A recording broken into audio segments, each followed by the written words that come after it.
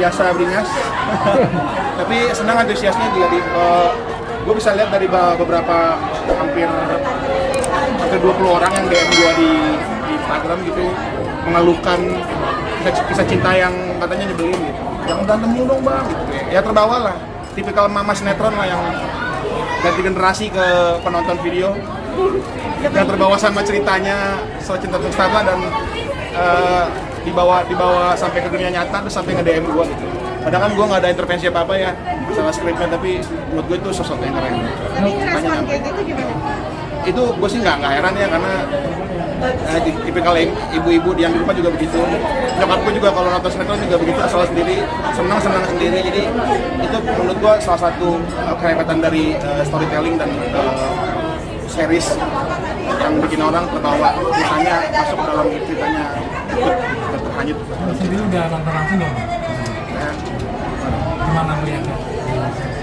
Ya next level ya, mungkin karena ini series jadi banyak detail-detail kecil yang bikin unyu-unyu gitu story-nya. Ada beberapa konflik gitu yang ya intinya ceritanya terbawa dari dulu waktu layar lebarnya versi remaja, sekarang sudah versi yang agak lebih dewasa. Dalam artian mereka lagi di situ kan ceritanya kan jenjang sebelum mereka akhirnya nanti menikah ya, karena bisa lihat spoilernya Jeffrey nanti si Emma nanti ngelamar ke sana.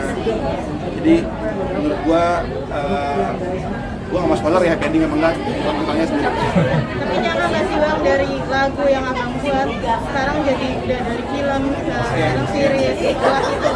Iya lumayan panjang ya umurnya lagunya, karya saya yang satu itu dari 2017 dikenal orang sampai 2023 ini ternyata masih ada gemanya, alhamdulillah bisa diterima segitunya.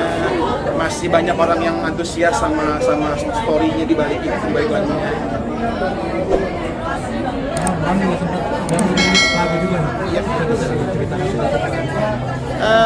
Ini lagu tentang, di video klipnya mungkin agak sedikit twist ya, karena lagunya tentang ayah sama anak perempuan gitu, dikemasnya seperti itu. Tapi sebenarnya aslinya gue tulis lagu itu buat ketiga anak gue, sebagai wajangan nanti kalau gue udah nggak ada, gue pengen punya legacy yang mereka bisa dengar di saat mereka udah gede nanti udah jadi orang tua. Jadi lagunya berjudul Saat Kau Telah Mengerti. Gue tulis karena kan mereka belum ngerti, nanti mereka akan mengerti kalau mereka udah punya logika dan punya nalar dan punya pengalaman hidup.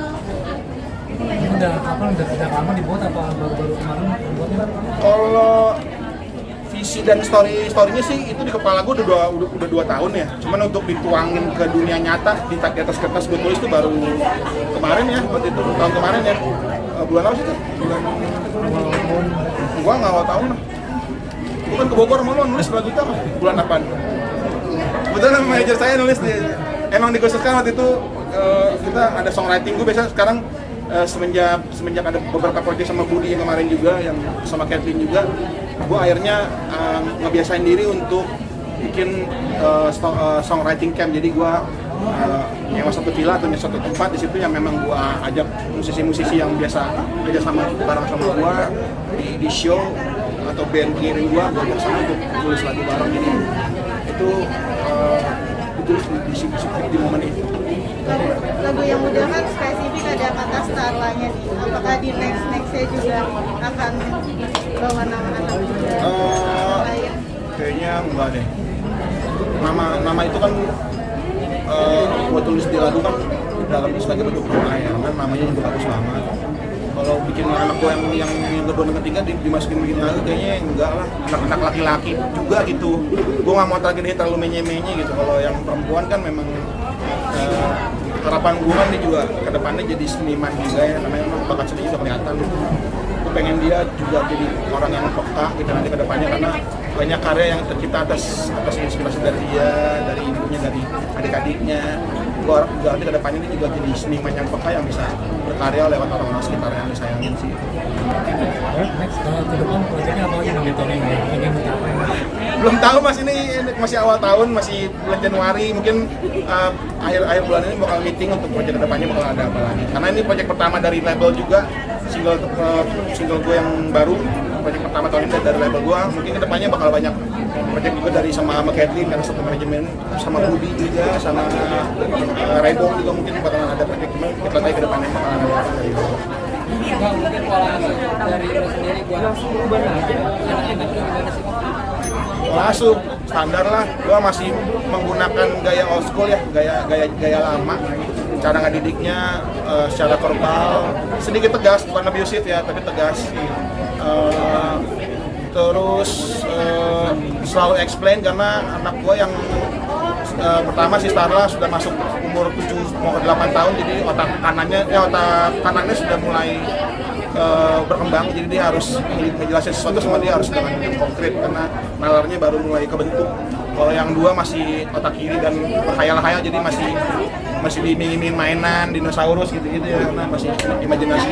Jadi kita ngikutin, gue juga belajar parenting, belajar memahami mesin kecerdasan mereka juga untuk menentukan mereka jadi apa ya, pokoknya masih belajar lah sama detik ini. Di zaman teknologi yang canggih ini, lo larang sih?